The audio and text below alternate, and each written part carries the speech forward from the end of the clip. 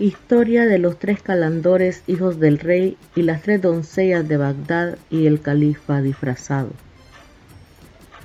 Cuento de las 1001 noches. Anónimo. Has de saber, señor, dijo Sherezada, que el califa Harún al-Rashid acostumbraba a salir disfrazado por la noche para ver con sus propios ojos lo que estaba ocurriendo en la ciudad y comprobar si se cumplían sus órdenes, acompañado por Jafar, su gran visir, y por Mesrur, jefe de los eunucos, los 3 disfrazados de mercaderes. El califa hacía la ronda acostumbrada por las calles de la ciudad cuando al pasar por la casa de las 3 doncellas escuchó la música y el ruido que allí se hacía y quiso saber la causa de tanta algarabía. Ordenó al gran visir que llamara a la puerta y al ver a la hermosa Sofía se inclinó respetuosamente y le dijo que eran unos mercaderes recién llegados a Bagdad y que habiendo dejado sus ricas mercancías en los almacenes salieron a dar una vuelta para conocer la ciudad y se perdieron. Atraídos por la deliciosa música que allí se escuchaba y no habiendo podido a esas horas encontrar alojamiento, se atrevieron a solicitar la hospitalidad de los habitantes de la casa para pasar allí la noche si su presencia no resultaba molesta.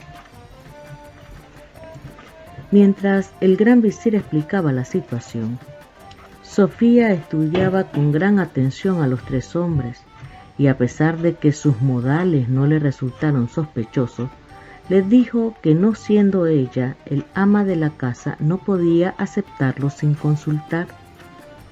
Zobeida y Amina, confiando en la información de su hermana, creyeron que podrían concederles lo que no le habían negado al mandadero, de modo que los hicieron pasar y Zobeida, después de leerles la sentencia escrita sobre la puerta, les hizo jurar que no harían ninguna pregunta directa o indirecta sobre lo que vieran u oyeran.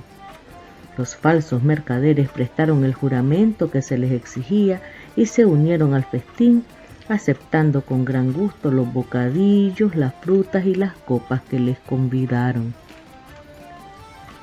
El califa, en medio de la alegría que reinaba, estaba sumamente admirado de las bellezas que allí habitaban, de la fina riqueza y buen gusto con que estaba decorada la casa, lo cual producía un particular contraste con el aspecto del ruido mandadero y los 3 calandores, tuertos todos ellos del ojo derecho.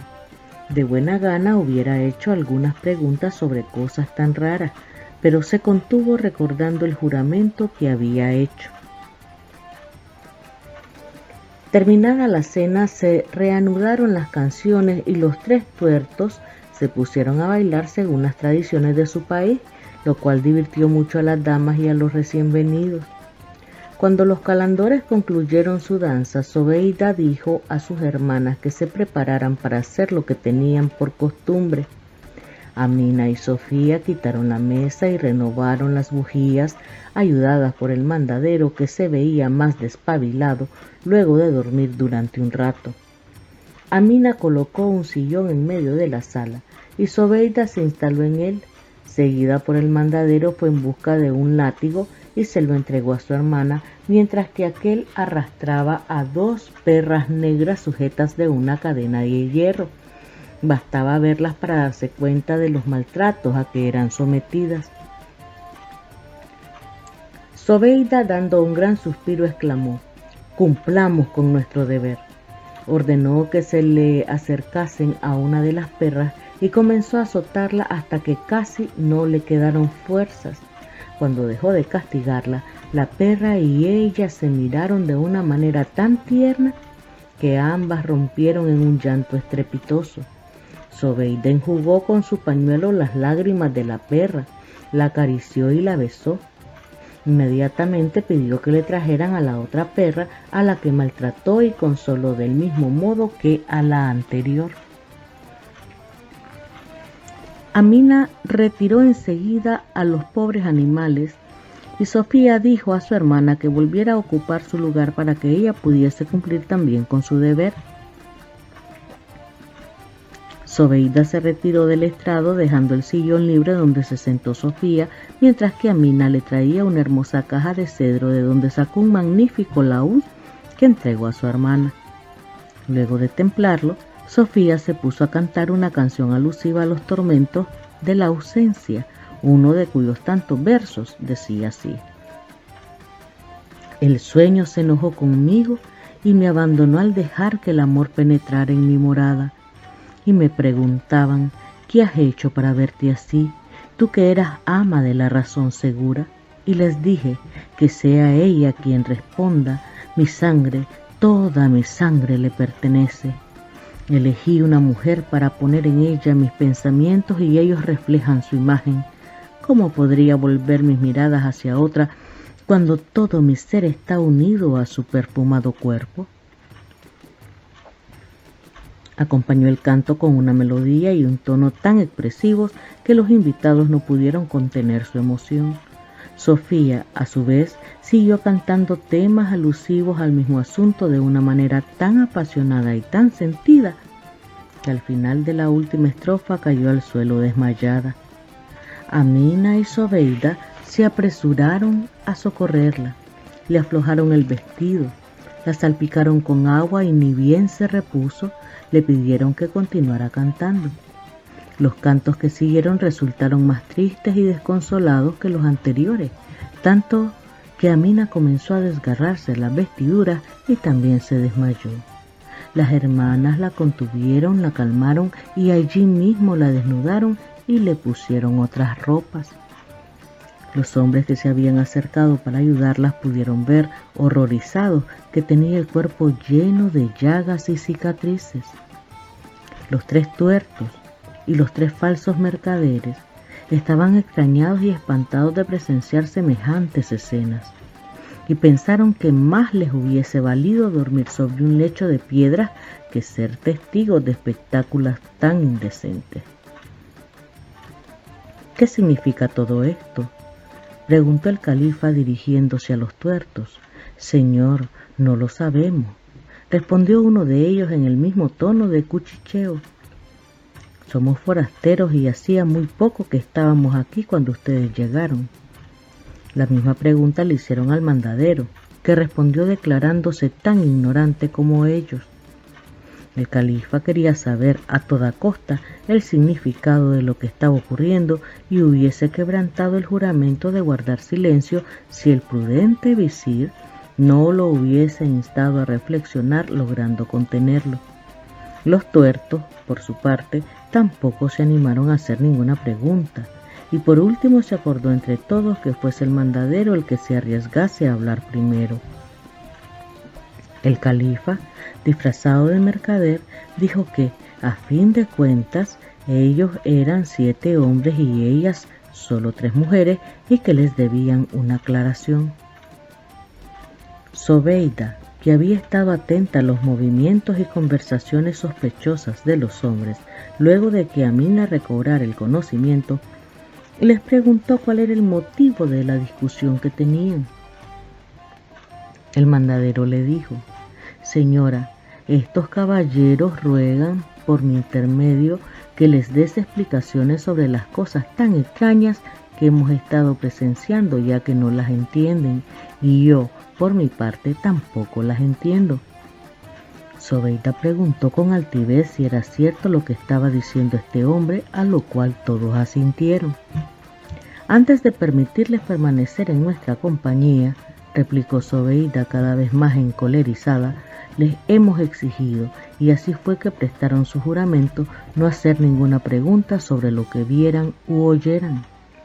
Por nuestra parte, los hemos agasajado en cuanto nos ha sido posible y ustedes, por la suya, faltan indignamente a su palabra. Pues bien, tendrán que entender que en vista de esa conducta hostil, no tendrán perdón y se les castigará como merecen. Al terminar sus últimas palabras, dio 3 fuertes golpes con el pie en el suelo y exclamó: «¡Vengan aquí!». Inmediatamente se abrió la puerta de uno de los cuartos que comunicaban con la sala del festín y aparecieron 7 robustos esclavos negros armados con cuchillas que se lanzaron sobre los 7 curiosos y los tiraron al suelo dispuestos a cortarles las cabezas. El ataque fue tan inesperado y abrupto que antes de que pudieran entender lo que estaba ocurriendo, paralizados por la sorpresa y el terror, el mandadero, los tuertos, el califa, el visir y el eunuco se encontraron inmovilizados por los esclavos negros que yacían sobre ellos. El califa se arrepintió de no haber seguido finalmente los sabios consejos de su visir, sugiriéndole que contuviera su impaciente curiosidad hasta el día siguiente. Ya estaban los esclavos por descargar sus golpes mortales sobre los indiscretos huéspedes cuando Zobeida hizo una seña para que se detuvieran. Ella quería saber, antes de darles muerte, quiénes eran esos hombres que se habían comportado de manera tan desagradecida. Aprovechando la oportunidad, el mandadero comenzó a gritar diciendo que no era justo que pagaran inocentes por culpables, y acusó a los tuertos de lo que sucedía, alegando que, como bien sabido era, en todos los países los tuertos, los cojos y los viscos eran pájaros de mal agüero. A pesar de su enojo, a Zobeida le causó mucha gracia la ocurrencia del mandadero, pero sin prestar atención a sus lamentos se dirigió a los otros y les dijo: «Quiero saber quiénes son, ya que por el comportamiento que han mostrado no deben ser gente honrada ni bien nacida». Ofendido y humillado al encontrarse en semejante situación y su vida en manos de los caprichos de una mujer, el califa ordenó a su visir que declarara quién era. El visir le dijo que les ocurría lo que se merecían, y ya estaba por presentar al califa cuando Zobeida se distrajo con los tuertos y les preguntó si eran hermanos y tuertos de nacimiento. Uno de ellos respondió que no lo eran por los vínculos de parentesco, aunque sí por la circunstancia que los había reunido, y que la pérdida de su ojo derecho se debía a un hecho extraordinario digno de ser conocido. Los otros 2 contestaron más o menos lo mismo, y el que habló en primer término añadió que no eran gente de baja ralea, sino que los 3 eran reyes, hijos de reyes bien conocidos en el mundo. Estas palabras mitigaron un poco la ira de Zobeida y despertaron su curiosidad, por lo cual ordenó a los esclavos que los dejasen libres, pero que permanecieran cerca para no perderlos de vista en caso de necesidad. Y desafió al primer tuerto a que contara su historia y comprobar si verdaderamente sus razones habían sido justificadas para aprovecharse de su hospitalidad. Al oír estas palabras, el mandadero quiso ser el primero en hablar, ya que su historia era muy simple. Su padre había sido mandadero y él había tomado su ejemplo. Luego relató lo que ya se sabe. Desde el momento en que Sofía lo ocupó para su servicio, expresó su profundo agradecimiento por la manera en que había sido tratado y volvió a culpar a los tuertos por haberse entrometido. Cuando terminó, Zobeida le permitió que se marchara, ante lo cual el mandadero reclamó su derecho de escuchar la historia de los otros, ya que ellos habían escuchado la suya. Todos estuvieron de acuerdo y el calandor comenzó su historia. Como ya era de día, Sherezada se disculpó, prometiendo al sultán continuar a la noche siguiente. Las 1001 noches. Anónimo.